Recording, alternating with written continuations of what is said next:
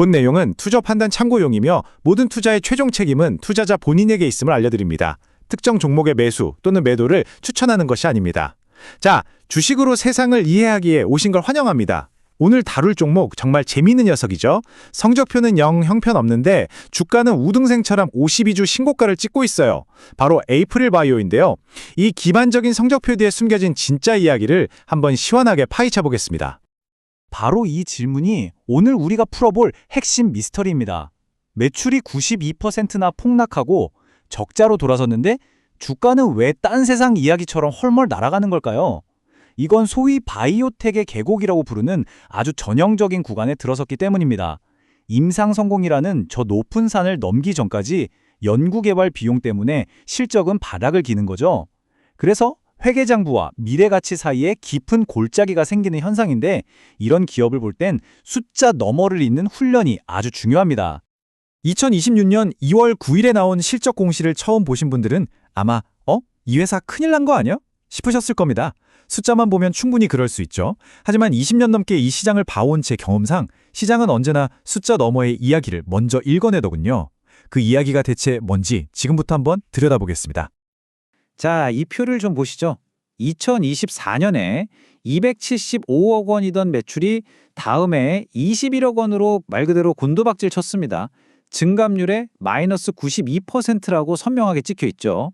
280억 흑자에서 72억 적자로 돌아섰고요. 이 보고서 내용은 참 희망적인데 제 계좌는 왜 아직도 월요일 아침 출근길처럼 무거운지 모르겠네요. 하지만 이 숫자야말로 우리가 풀어야 할 가장 큰 오해의 시작점입니다.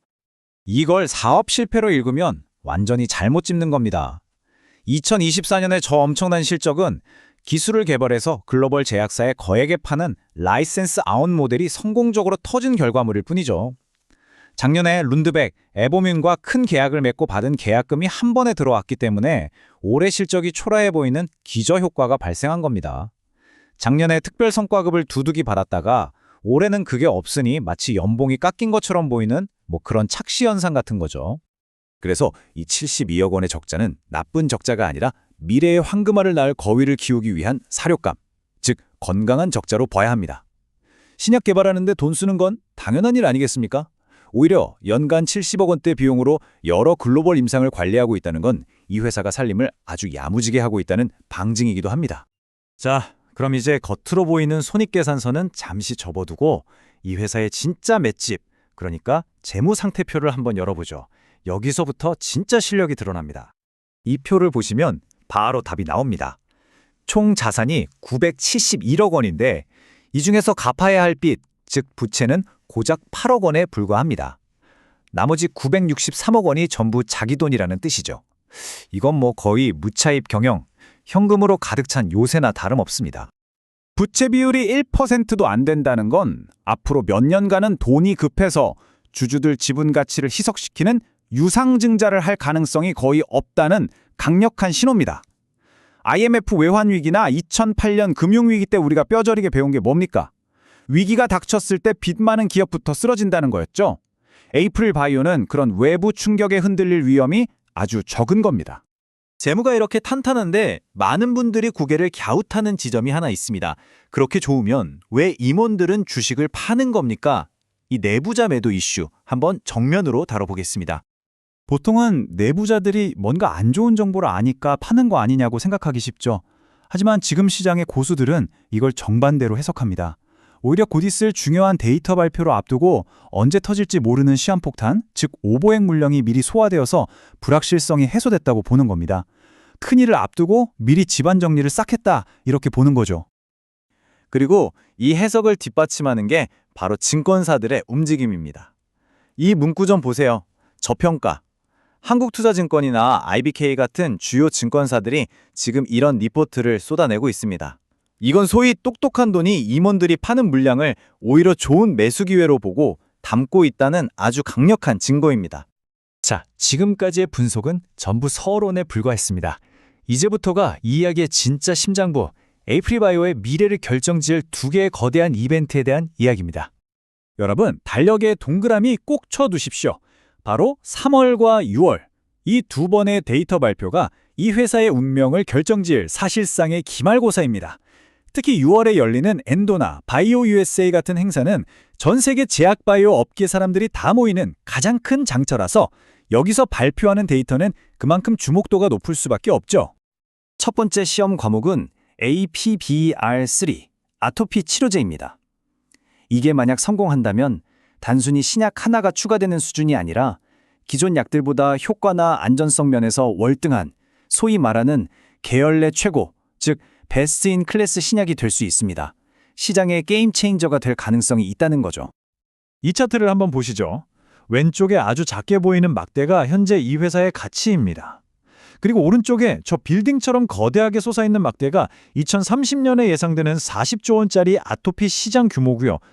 이 엄청난 격차, 이게 바로 3월 데이터 발표 하나에 모든 것이 걸려있는 이유입니다. 그리고 6월에는 두 번째 시험이 기다립니다. APB-A1이라는 갑상선 안병증 치료제인데요.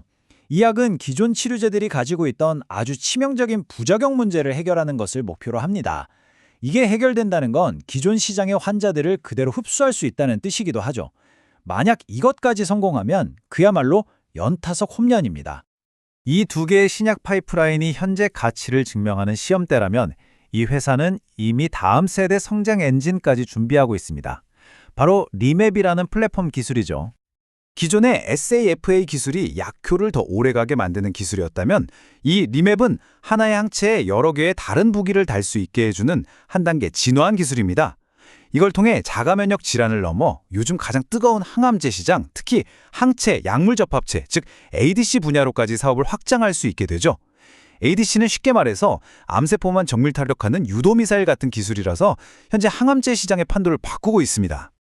자, 지금까지의 분석을 종합해보면 기대감도 크지만 불확실성도 분명히 존재합니다.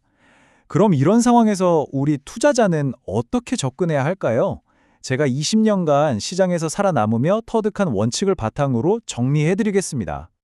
임상 결과는 그야말로 뭐 아니면 돕니다. 성공하면 몇 배의 수익을 얻지만 실패하면 주가는 큰 폭으로 하락할 수도 있는 이런 이진적 리스크를 감당할 수 있을 때만 덤벼야 하는 영역이죠. 제 원칙은 이런 종목엔 절대 큰 비중을 싣지 않고 이 가격이 깨지면 미련 없이 정리한다는 자신만의 명확한 손절 원칙을 세우는 겁니다. 감정은 빼고 오직 다가올 데이터라는 단 하나의 변수에만 집중하는 프로페셔널한 접근이 필요합니다. 결국 핵심은 이겁니다. 당신은 이 회사가 투자자들을 혼란스럽게 하는 재무제표의 계곡을 무사히 건너 세상을 바꿀 임상 데이터라는 거대한 산을 넘을 수 있다고 보십니까? 오늘 저와 함께 살펴본 이 단서들이 여러분께서 현명한 판단을 내리시는데 좋은 지도가 되었기를 바랍니다.